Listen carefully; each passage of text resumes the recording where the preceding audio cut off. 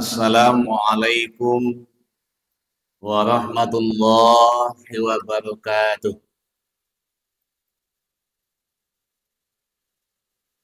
Alhamdulillahillazi arsala rasulahu bil huda wa dinil haqq liyuzhirahu 'ala ad-dini kullih wa kafa billahi shahida.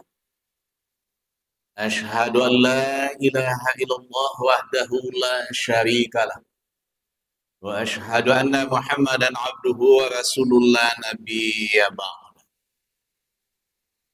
A'udzu billahi minasy syaithanir rajim.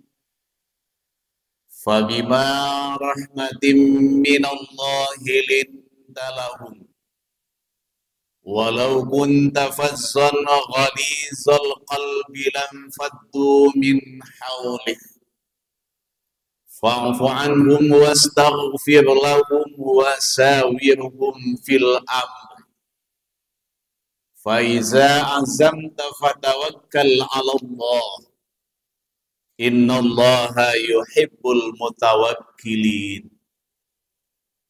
Al-Quran surat 3 ayat 159. Bapak Ibu para jemaah yang dirahmati oleh Allah, alhamdulillah kita bersyukur kepada Allah pada hari ini kita sudah berada pada tanggal 18 Rabiul Awal 1445 Hijrah. Selawat dan salam pada besar kita Nabi Muhammad sallallahu alaihi wasallam. Bapak Ibu para jemaah yang dirahmati oleh Allah, sengaja kita kutip ayat Al-Qur'an. Surat 3 Ali Imran ayat 159. Mutiara kehidupan Rasulullah sallallahu alaihi wasallam. Momentumnya kita masih berada di bulan Rabiul Awal.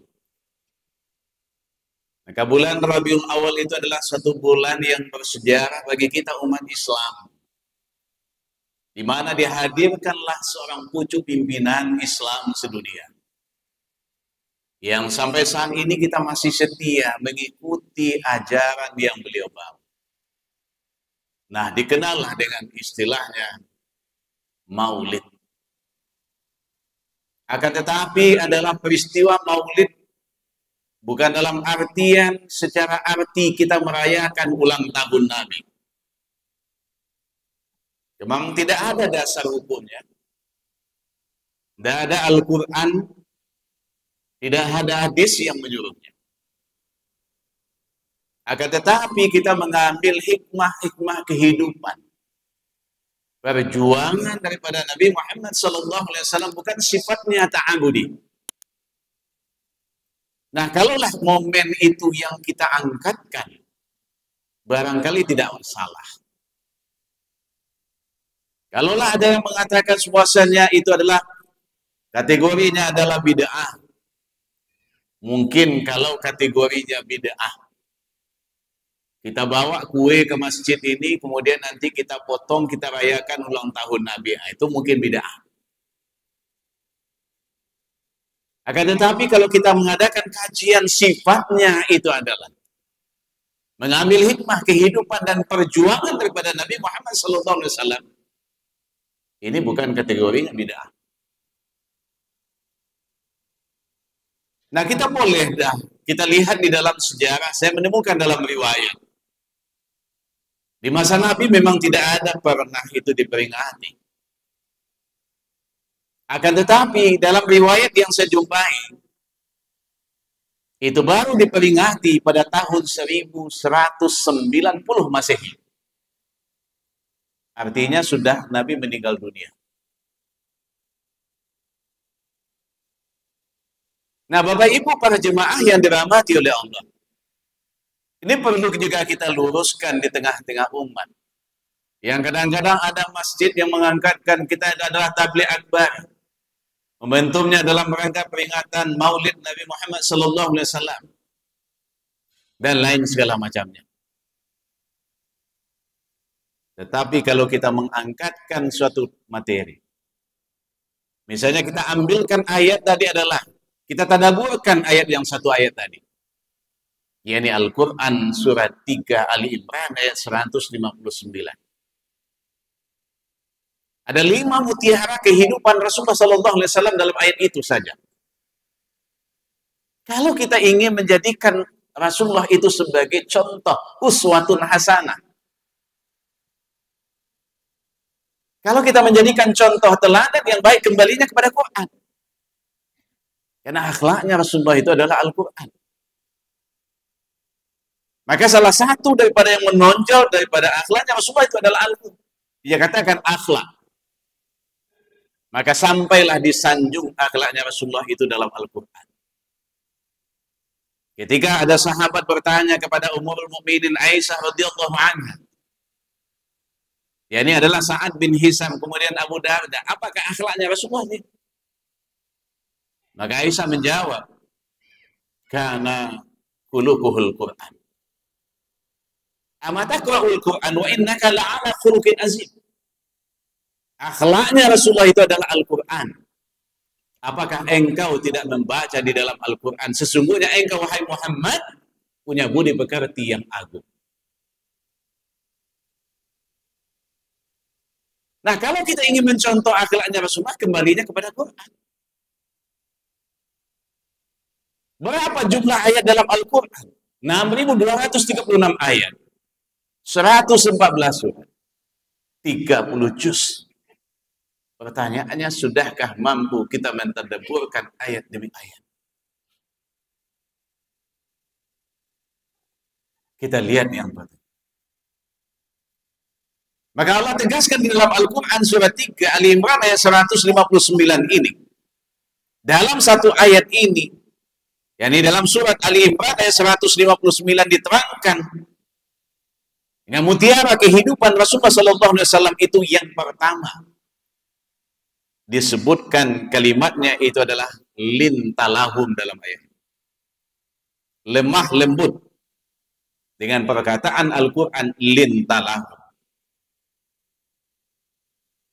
Menurut daripada buku Kalimatul Quran Tafsir wa Bayan, pengertian daripada kata-kata lintalahum itu ialah sikap yang luwes. Jangan bertindak kejam. Sikap lemah lembut itu berbeda dengan sikap lemah. Kalau sikap lemah itu tidak punya pendirian. Akan tetapi sikap lemah lembut mengandung daripada identitas dan jati diri. Makanya pada waktu yang tepat sikap lemah lembut itu bisa menjadi tegas.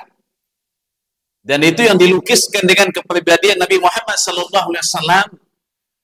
Yang sering juga kita adalah mendengar para ustadz mubaligh menyampaikan ayat ini.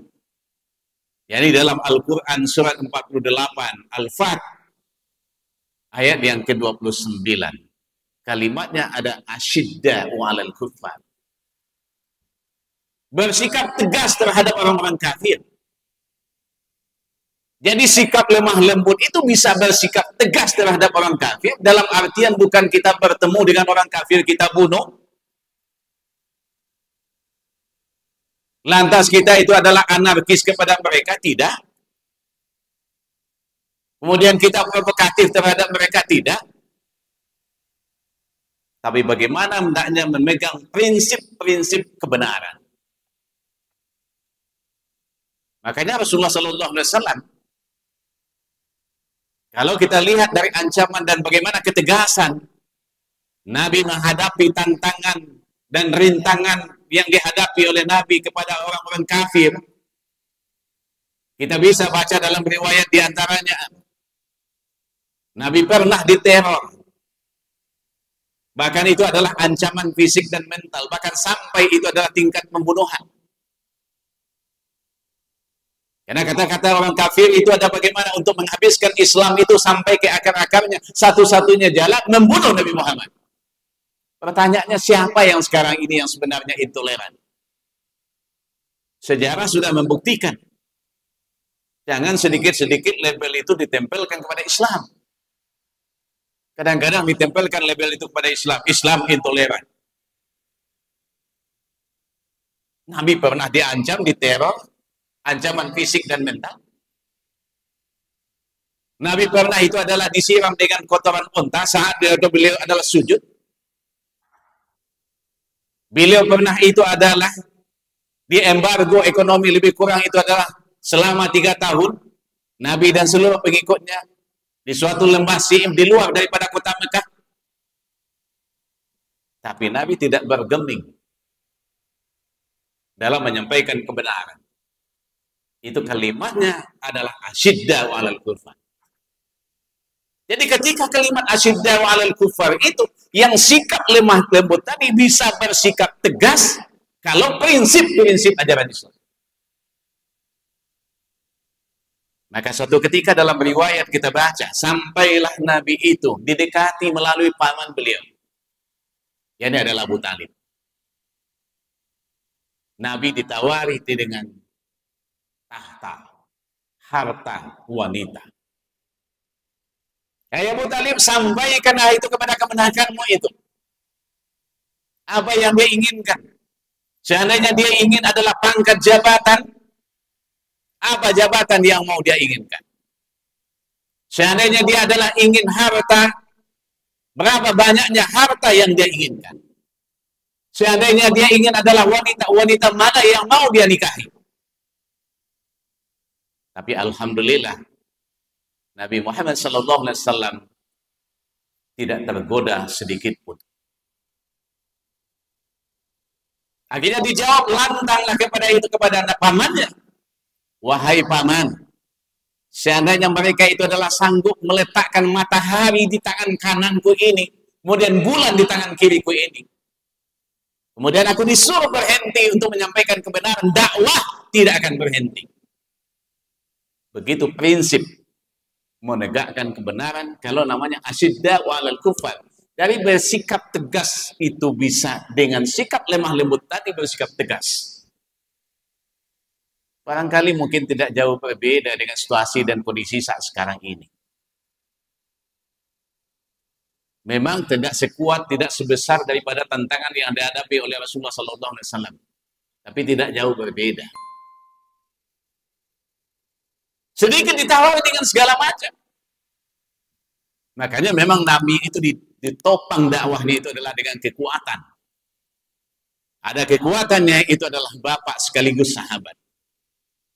Ada itu adalah penguasa sekaligus juga sahabat. Ada pengusaha sekaligus juga adalah sahabat.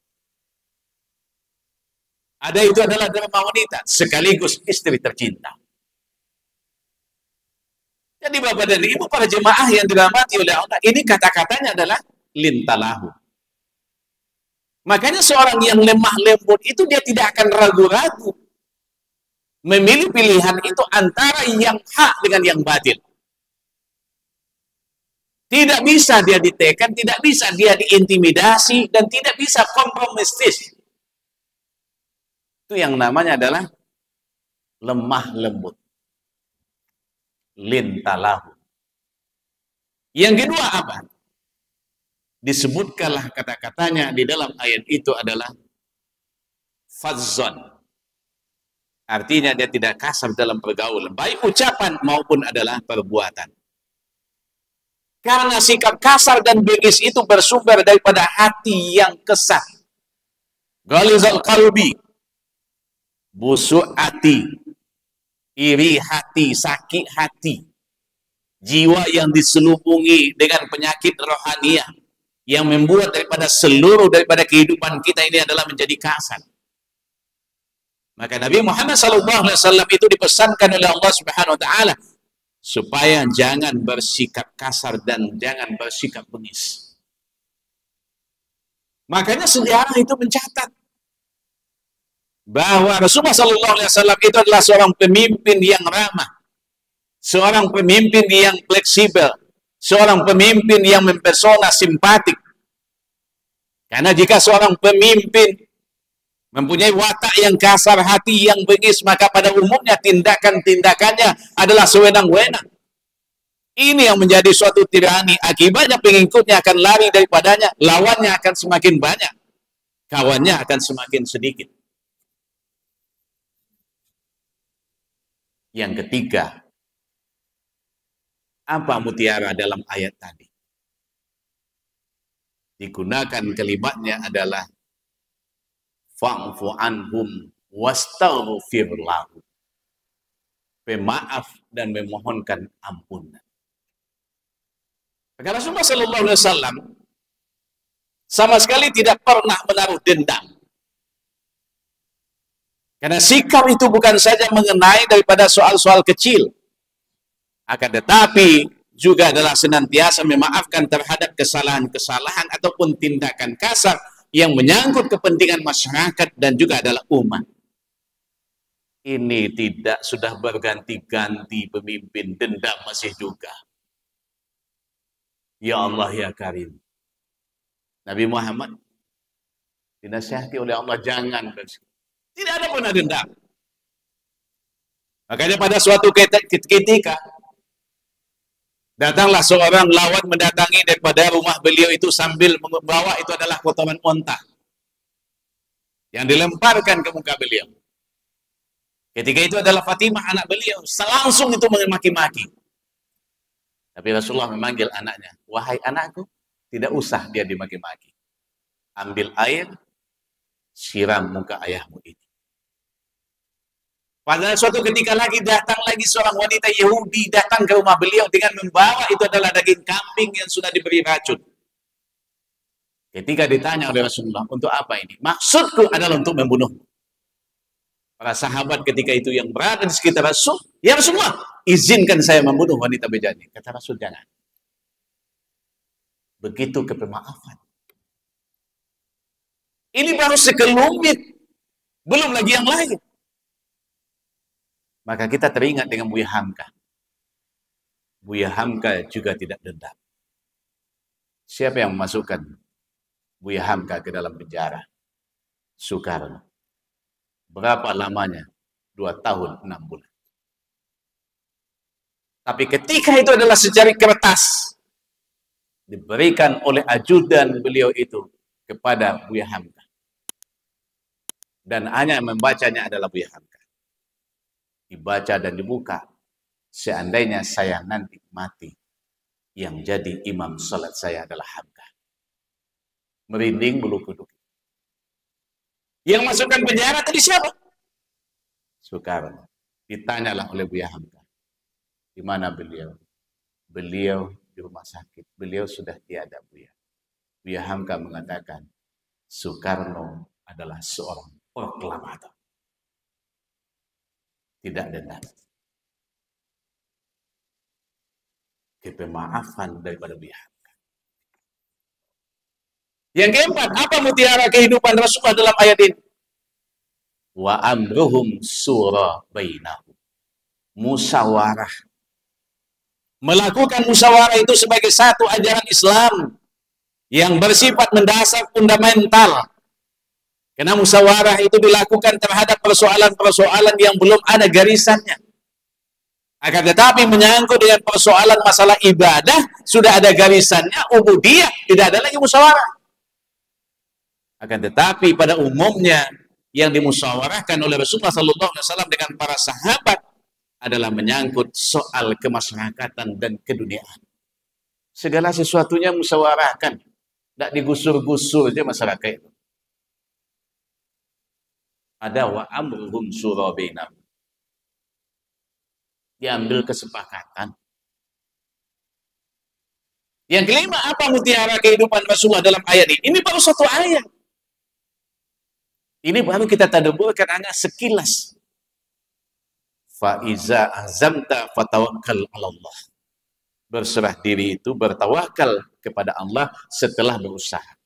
Makanya Rasulullah SAW itu diperintahkan terlebih dahulu adalah berusaha, berjuang, berikhtiar, tidak boleh menyerah. Tawakal dan berserah diri itu haruslah didahului dengan ikhtiar, berjuang dan lain segala macam. Tidak ada doa-doa aja.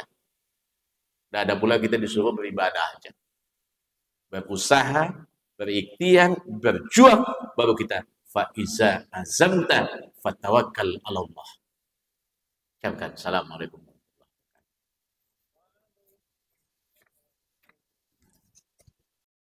Hmm.